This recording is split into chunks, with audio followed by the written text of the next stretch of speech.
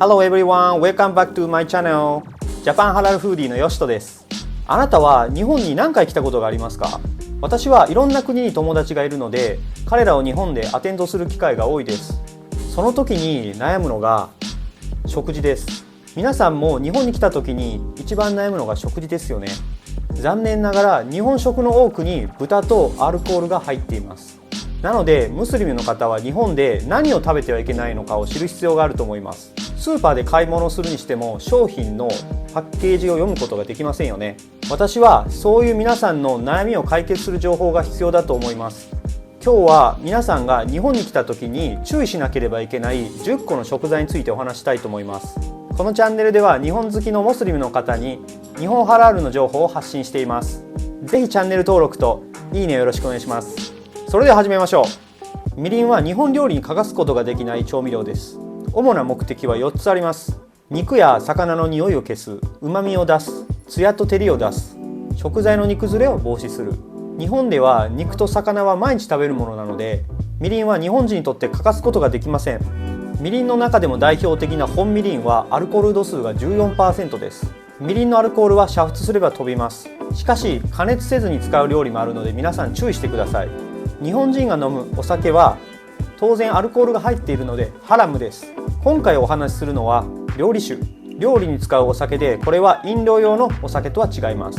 料理酒はみりんと同じで家庭料理や飲食店で使われる代表的な調味料です。日本人でも料理酒とみりんを間違える人が多いんですけども、みりんは料理に甘みと照りを出すもの、日本酒は食材の匂いを消してお肉を柔らかくするものです。アルコール度数はみりんと同じで 14% です。みりんと同様に煮沸すればアルコールは飛びますが、料理の仕方によってはアルコールが残る可能性があるので注意ください。醤油は1500年以上前から日本で使われている調味料になります。皆さんが知っているのはキッコーマンじゃないでしょうか。醤油は英語でソイソースと言いますが、醤油でも通じるかつ少ない代表的な日本の調味料だと思います。皆さん醤油といえばお寿司をイメージしませんか？ムスリム向けの醤油はハラールなのでアルコールは入っていません。しかし日本のレストランで出てくる醤油はアルコールが入っています。醤油のアルコール度数は 2% ほどです。醤油にアルコールが入っている理由は2つです。1、アルコールの自然発酵。2、発酵の抑制。自然発酵で生じたエタノールはアルコールとして認められていません。しかし多くの醤油には発酵を抑えるためにアルコールを注入しています。こちらも煮沸したとしても料理にアルコールが残る可能性があるので注意ください。味噌は大豆を蒸すか煮るかして麹と塩を加えて発酵させて熟成させた調味料です。皆さんが味噌と聞くと味噌汁を思い浮かべますよね。日本の家庭では特に夕食に味噌汁がよく出てきます。豆腐、わかめ、ネギ、人参、玉ねぎなど多くの野菜を入れて食べます。残念ながら多くの味噌にはアルコールが入っています。味噌のアルコール度数は 3% です。味噌にアルコールが入っている理由は2つあります。1つ目はアルコールの自然発酵、2つ目は発酵の抑制。こちらも醤油と同様に自然発酵したエタノールはアルコールとして認められていません。しかし多くの味噌に発酵を抑えるためにアルコールを注入しています。料理で加熱したとしてもアルコールが残る可能性があるので注意ください。日本のお寿司のお米はシャリと言われています。このシャリにはお酢が入っています。私は皆さんが食べるハラール寿司を食べたことがあるので違いわかります。一般的なお酢はアルコールを酢酸発酵させて作った調味料になります。アルコールを一切使用せずにお米を発酵させて酢酸を入れて作るハラール対応のお酢もありますが、一般的ではありません。ちなみにお酢のアルコール度数は他の調味料に比べると低い 0.2% です。乳化剤は水と油のように混ざり合わないものを均一にする食品添加物です。日本では主にマヨネーズやお菓子やアイスクリームに使われています。大豆由来の乳化剤が多いんですけども、動物性由来のものもあります。商品のパッケージを見ても詳細が書いてないものが多いです。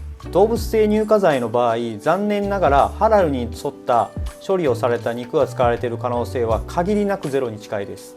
ゼラチンは動物の皮や骨に含まれるコラーゲンから作られたものです。グミやゼリー、アイスクリームやソーセージにも使われており、一部医療用にも使われています。ゼラチンの主な原料は牛、豚、魚です。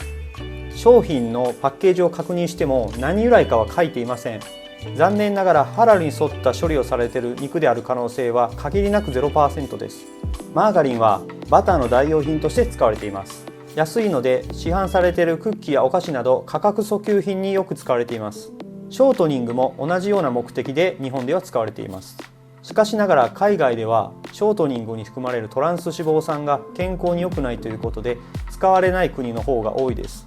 マーガリンやショートニングには動物性油脂を使われたものが多いです。ゼラチンと同様、商品のパッケージを見ても何由来かは書いていません。ハラールに沿った処理がされた肉である可能性は限りなく 0% です。ラード、これは言うまでもなく豚由来の原材料です。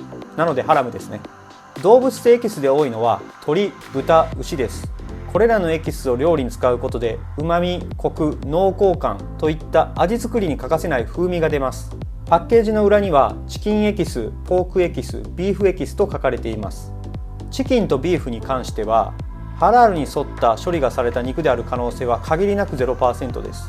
今回は皆さんが日本に来た時に注意しなければいけない10個の食材についてお話ししました。現実的に日本で全ての食材をハラルで調達するのは難しいです。ですので豚や酒を使わない料理を食べるということも選択肢に入ってくると思います。その際に今回紹介した10個の食材について覚えておいてください。そうそう、コンビニはどうという質問も受けました。これに関してはまた別の動画で紹介します。最後まで見ていただきありがとうございました。また会いましょう。さよなら。